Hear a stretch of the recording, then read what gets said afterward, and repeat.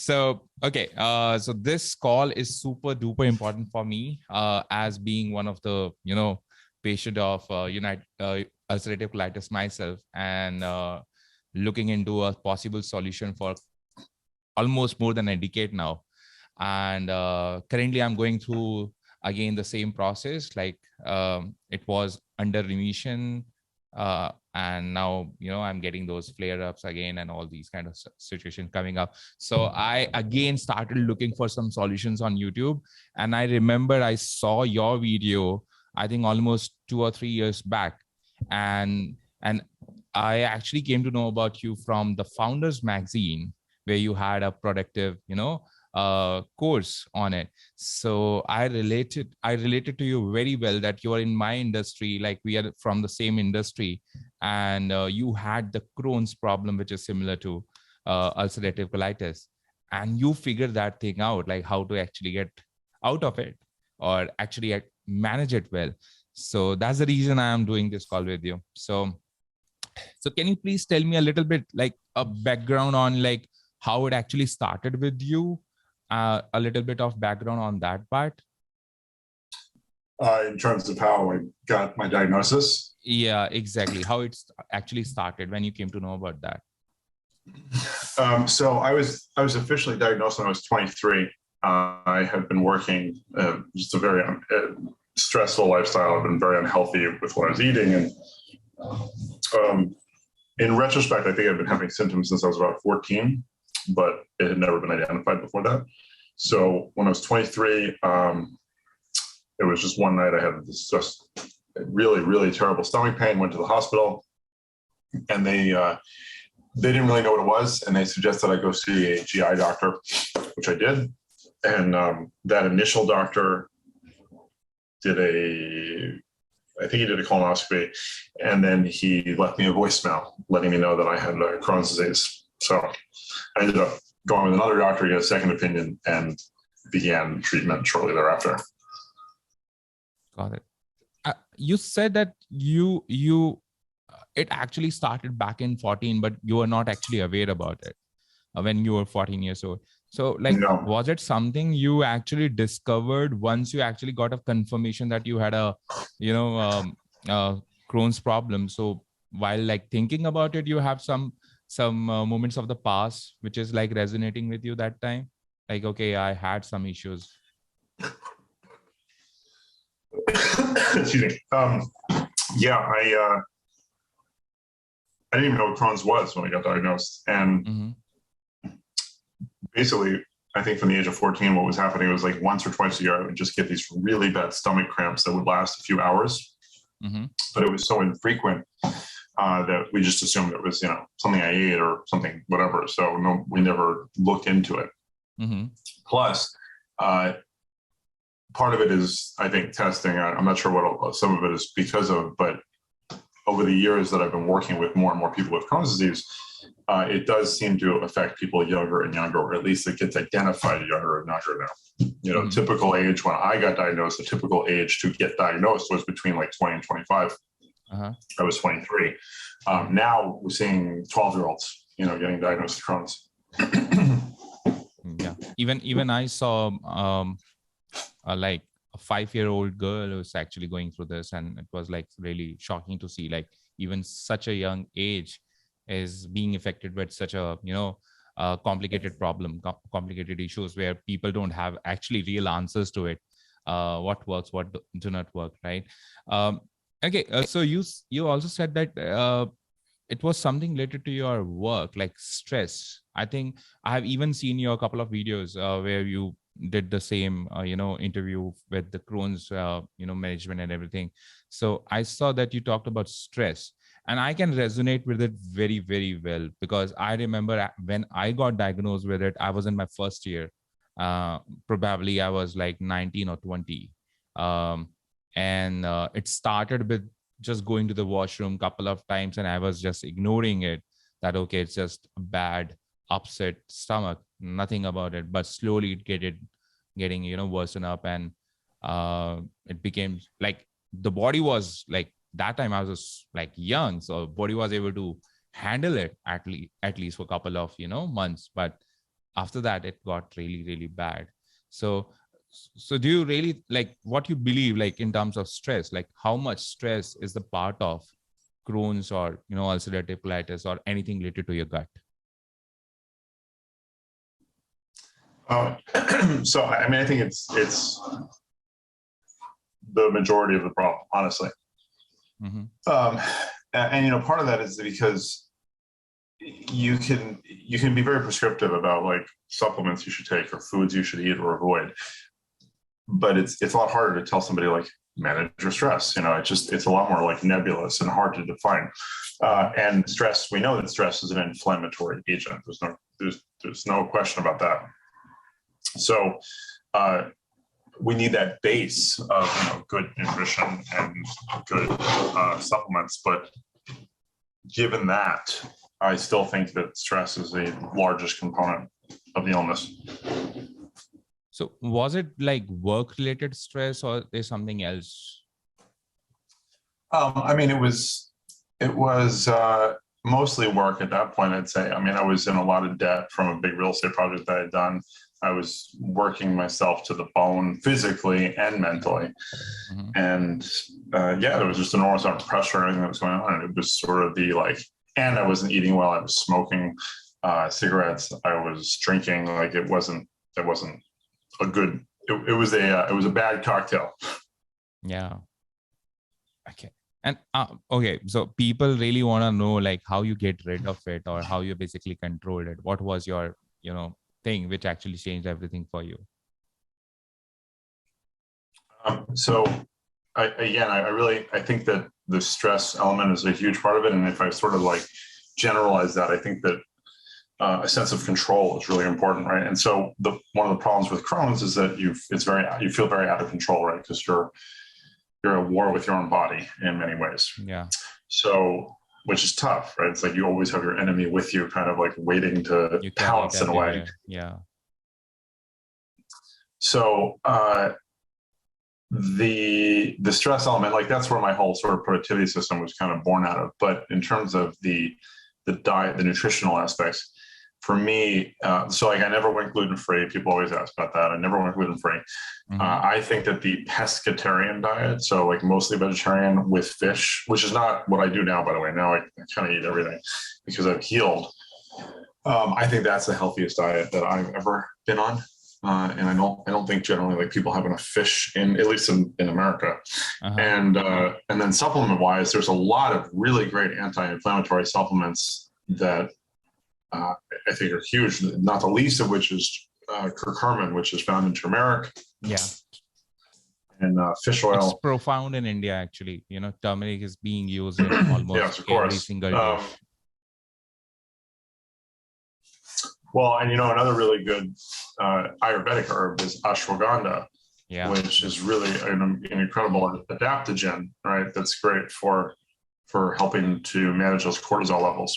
Mm-hmm. So those were really important. But then the last thing too is just like, I mean, it's hard if you're feeling weak and sick and stuff, but movement and exercise and staying fit and just keeping your body like, there's no like science to back this necessarily, but one of my feelings when I was going through this in terms of exercise and stuff was like, I had this idea that I wanted to basically turn my body into a furnace, essentially like up my metabolism, sort of be able to like digest anything quickly. Like that was kind of my idea. So that was a big motivation behind me eventually going on to Ironman training.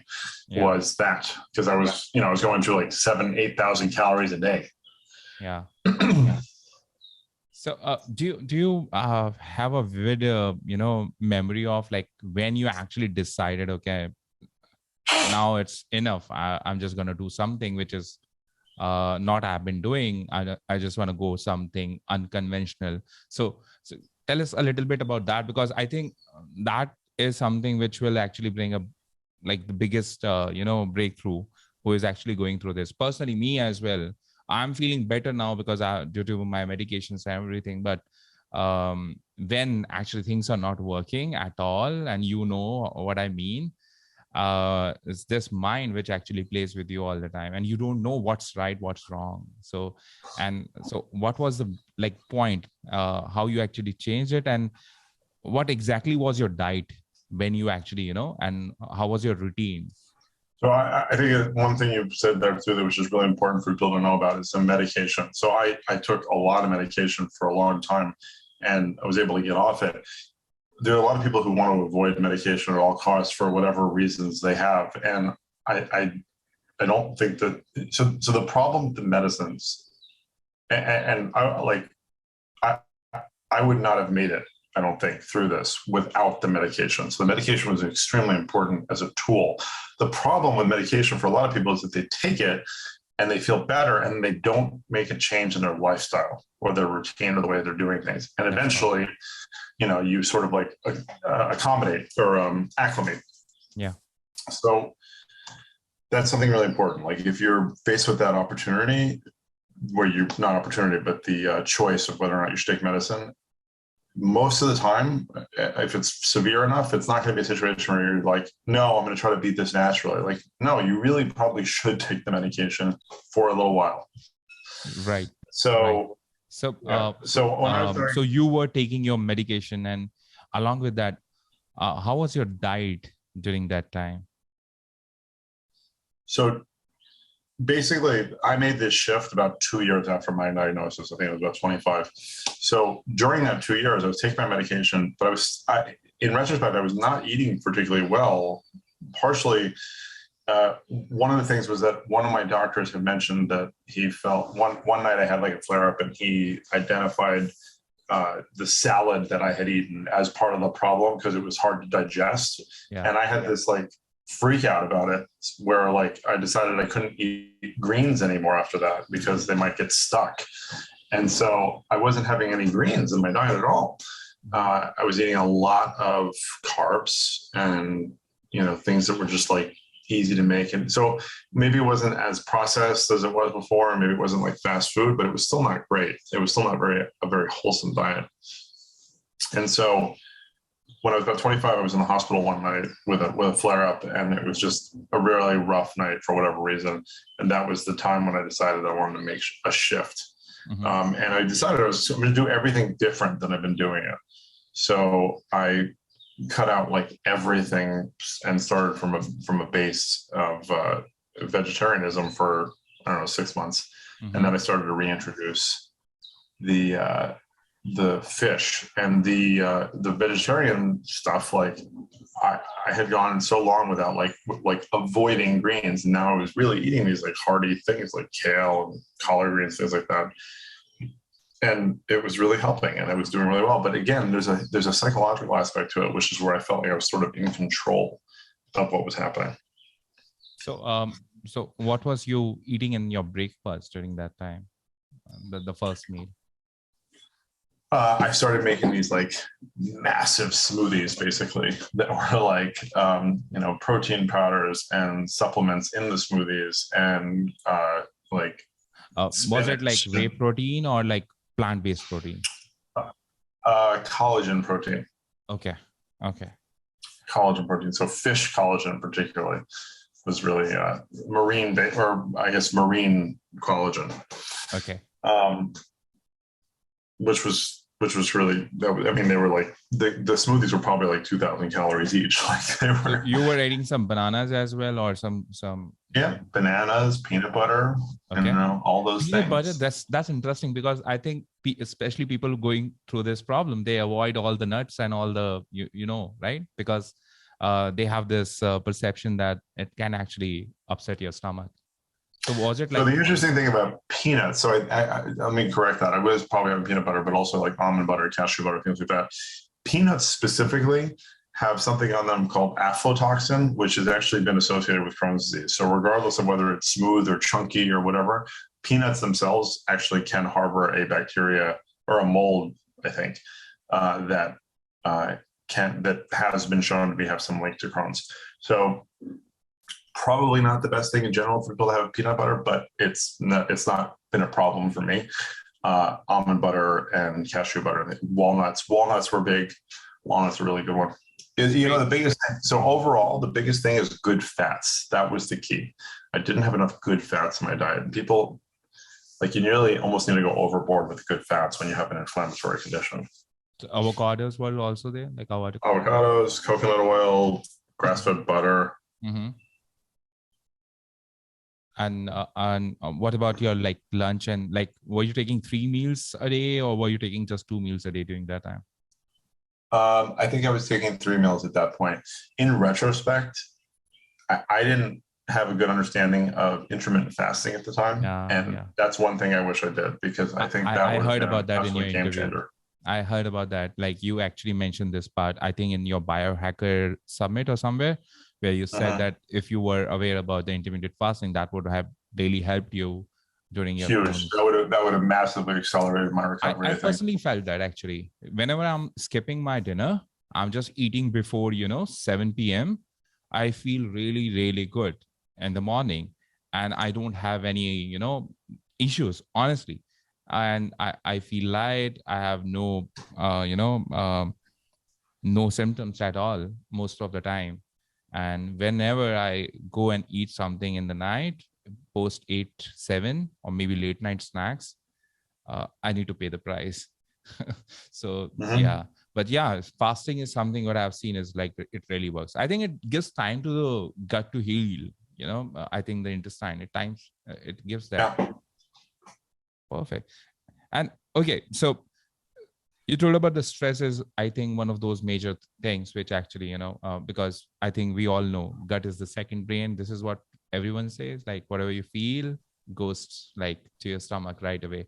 So how was you managing it in terms of stress? What were you doing it with the stress part? How were you managing it? Well, so that's when I started to create this new system of productivity called Less Doing, which is really like the core of what I do now. Mm-hmm. Where I was creating ways to optimize, automate, and outsource everything that was happening in my life so that I could actually get more done in that less time that I had available to do it. Okay. So I also heard that you were doing some yoga because your wife, like she was involved with yoga. So you did yoga? Yeah, I did yoga. I became a yoga instructor, or certified yoga instructor. I didn't teach, but I became certified. My wife was running a school at the time. I also became an emergency medical technician. So I still do that on a volunteer basis. I work on an ambulance a few times a week.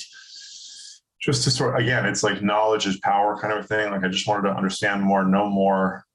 To me, stress has always been the antidote to, control has always been the antidote to stress.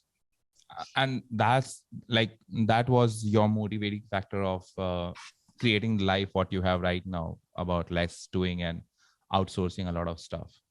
Absolutely. And you still are doing the same work which you were doing before, like right now as well with your Less Doing company? Yeah. So, I mean, initially it started as a course or an in-person class, and then I started doing coaching, and then that turned into books and speaking. And now my focus is primarily on one-on-one coaching with entrepreneurs, and I have a couple of courses as well. I saw that you have actually trained a lot of big shots as well, like the big guys in the industry, right? I've been very fortunate. Yeah, I saw some really, really big names, and I was like, man, this is amazing. So how was your experience with that? I mean, it was so basically what happened was I wrote the book, my first book, Less Doing, More Living, and then it happened to get into the hands of this guy named Joe Polish, who runs a big marketing event called the Genius Network. Right. And he contacted me out of the blue and asked me if I would come speak at his event. And it was like 2 weeks later, and I didn't know who he was or anything about the event, but I said yes. And I showed up to the event, and like there were some very big names there. And I gave my talk, and it was very well received. And that was like a really big launching point for me. I got exposed to some really amazing people that I got. Since then I've worked with hundreds of companies and well over 1,000 people. Okay, so this is something which is which I personally feel. Let me know if you have the same thing. Whenever you get some big opportunities or you're doing something really big, do you feel like it also affects your gut in some way? like you get some, some some sensation, like you're excited, you're thrilled, and you're crushing something. Butterflies in the stomach. Yeah, exactly like that. So you do you feel like that can actually also can like trigger the symptoms? It used to be that way, but I'm not anymore. Honestly, like I don't get that experience anymore. And how long it has been that you're free, like no symptoms at all, and you're completely fine? It has been about 14 years. And seriously, like no single symptoms, like nothing? Nada.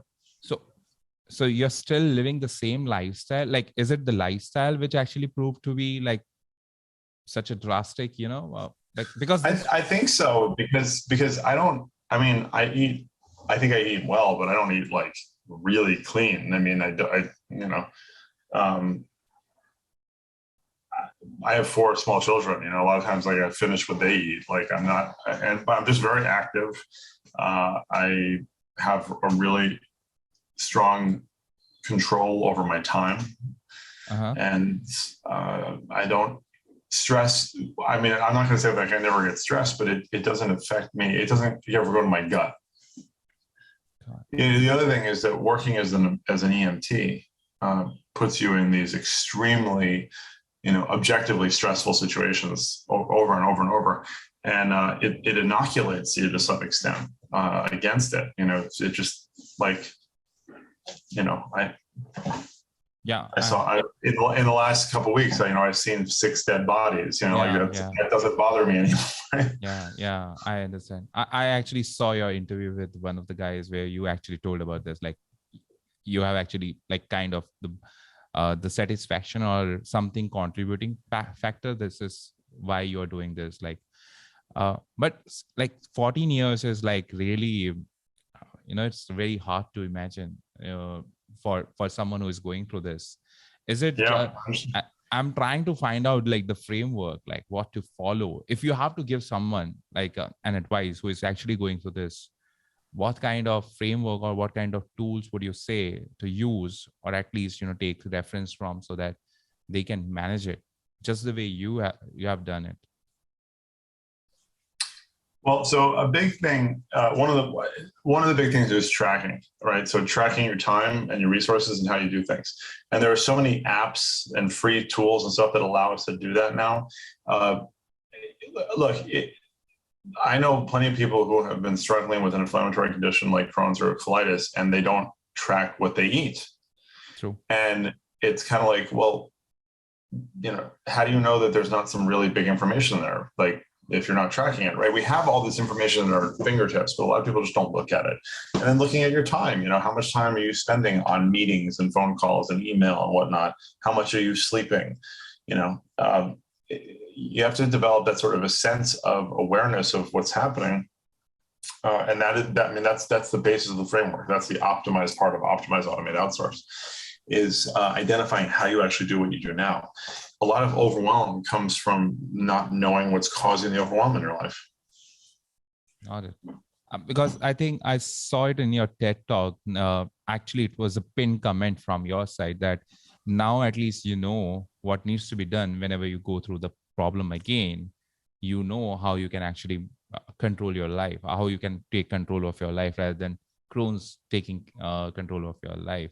So that was something which was really powerful, because I think the biggest part where all the patients suffering from this disease is going through is like mostly mind. It's not about what's happening. It's more about what's happening here, because it actually changes everything in your head. Going through the washroom over and over again, seeing that blood, and it actually changes you. And absolutely, you feel like you're lost. You don't know, because the doctors say something, the alternative medicine says something, and this is where you are, and you don't know what to follow, and you feel like, oh, I'm helpless.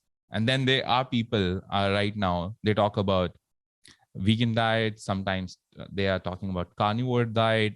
Everyone has their extreme point of view on how to deal with this, but no one is talking about a holistic approach how we can actually think it in a very liberal way. Yeah.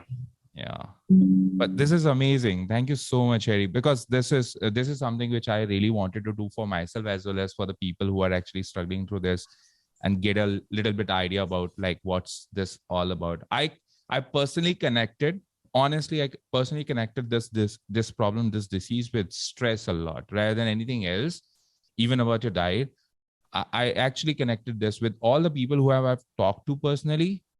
Stress was the center of that thing. And if we can actually, personally, I feel this, like if we can actually fix on that part rather than anything else first, that will bring the most change in dealing with this. Perfect. Thank you so much, Sherry. I'm not going to take much of your time because I think your time is like really, really, you have the lid down and you have 4 kids, and I think 4 kids, if I'm not wrong. Yeah.